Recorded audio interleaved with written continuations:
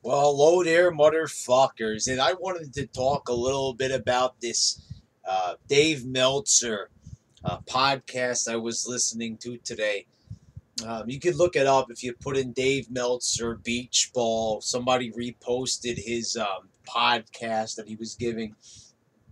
And he talked a little bit about the beach ball incident at SummerSlam. Cesaro tore up the beach ball in hilarious fashion, causing several marks to cry their eyes out. Um, this is a very disrespectful thing. And I didn't notice it on Raw, but there was also 6 to 7 beach balls, Meltzer proclaimed. He had people with binoculars, spies all over the arena searching for these beach balls. But in all honesty, I give Magoo a hard time, Meltzer Magoo a hard time on here. He's obsessed with Japan, obsessed with hentai, obsessed with Nakamurphy, obsessed with fuckboy Balor. But there's one thing I gotta say: this rant, it was like a 4 minute rant. Obviously, it was taken from a much longer podcast that was probably 10 hours long or however long his podcast is.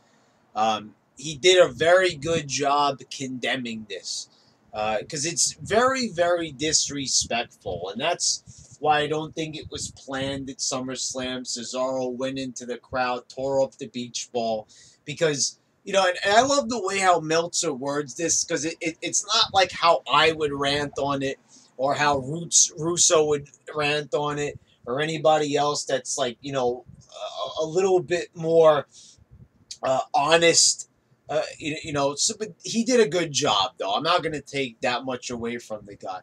He said that these are guys that are in the ring busting their ass. It was mostly the Jason Jordan, Balor. And, to his credit, Balor does try in the ring.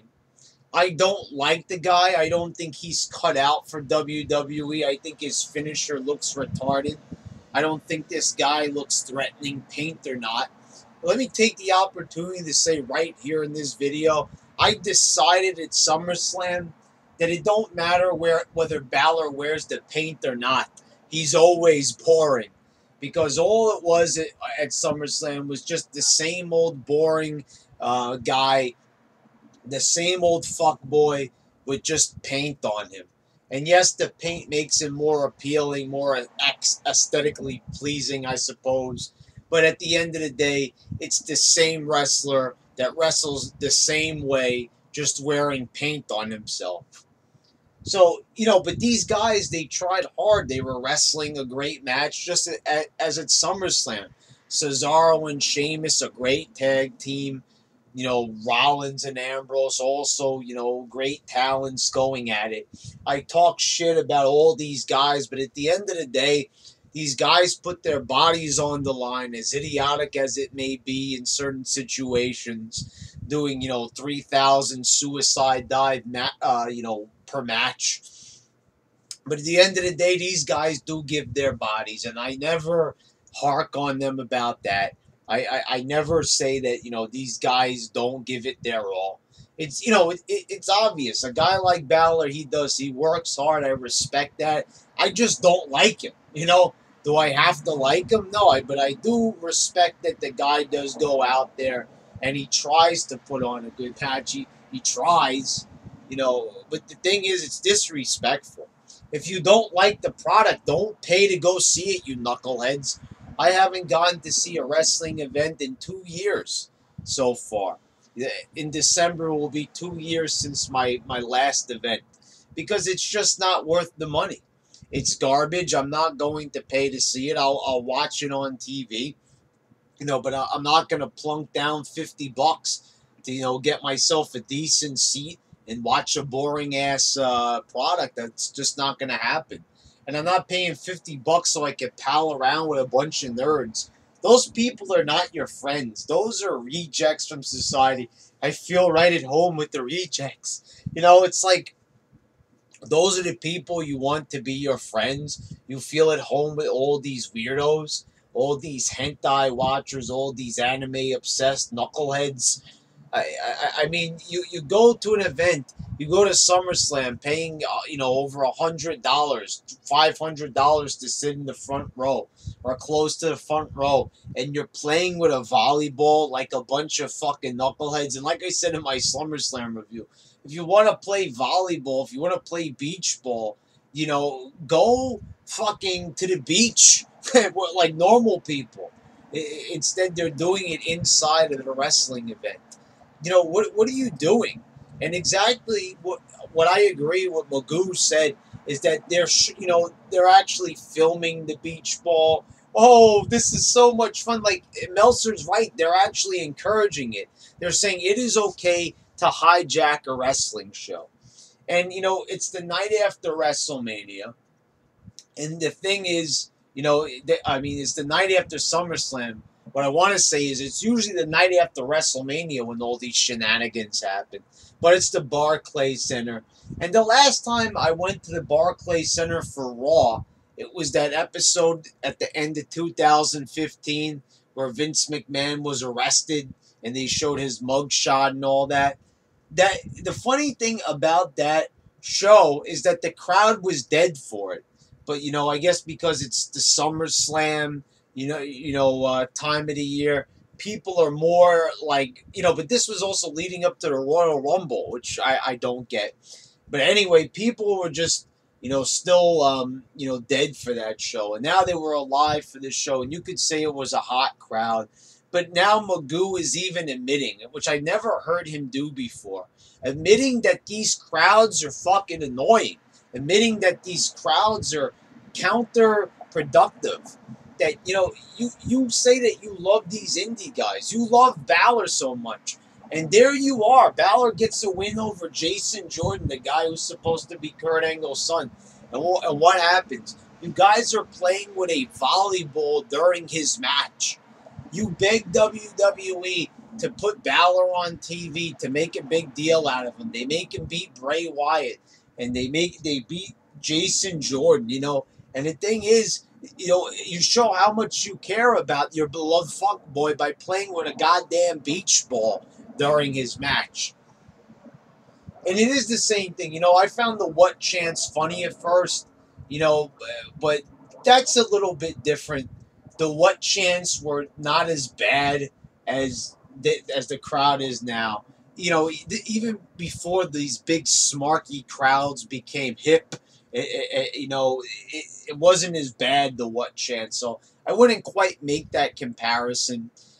They sometimes do the what chant, but not as much. But it was a bit more loving back then when they would do it around 2002 or leading into 2003 and during the Ruthless Aggression era. They never really, they would do it during a guy's promo, but those people knew how to work around that. They usually did it during Kurt Angle's promos or stuff, the what chants. And these guys were professionals. These fans know, here's the thing, they love these indie guys, but they know that they are not like crafty enough to work around this stuff because they know that the old school guys who knew how to deal with a rowdy crowd are long gone and they're not coming back. So they give these people a hard time and they know they can take over the show. And they've been doing this ever since the WrestleMania I attended, WrestleMania 29. Ever since that night, ever since, the night after that WrestleMania back in 2013, they went to the Izod Center. And at the Izod Center, I always said this, that was the official night. Somebody brought this up, I forget who it was, and I apologize because I want to give them the proper credit. They said that it all started after CM Punk's pipe bomb. I sort of agree with that. That pipe bomb might have been a little bit too much into the business. But what I think is they should have built on that pipe bomb. I like the way how things were going with CM Punk and Triple H. Punk should have went over Triple H. I always said that if they wanted to make him a bigger star that year, they killed a lot of his momentum. But they were onto something with that pipe bomb. That I don't think it was the pipe bomb. That pipe bomb might have made the Smarks antennas go up. The proverbial antennas, like, oh, it's safe for us to come out of the woodwork. But to me, it was following that WrestleMania that all the Smarks flooded in and thought it was okay to take over a show. That night after, they were fandangoing. They were like, interfering in promos. They were giving Sheamus a hard time with his match. I mean, they had completely gone apeshit. And they would not stop at anything. I mean, they were taking over the show. And that's when the whole hijacking thing started. And then WWE said it was okay to hijack with Daniel Bryan. And even though that was like a hijack that was written into the storyline, fans thought it was okay. We get into a certain city and we could just act however we want. Now it's every single city. Now it's not just New York or Chicago or or Pittsburgh or wherever it may be, or Canada. Now it's almost every single place they go to. There is a rowdy, smarky crowd that chants and disrespects. Look at John Cena and Roman Reigns. These are guys that look like stars. They try hard. Is WWE creative not really coming up with enough for them? Of course. But the thing is, it's like the way how they treat these guys. You're coming to a show knowing that this is who you're going to see. But you are going to sit there and you're going to boo them. But okay, so maybe you're going to cheer for the guys you want. You want Balor to be at the top, right? You're playing with a fucking beach ball during his goddamn match.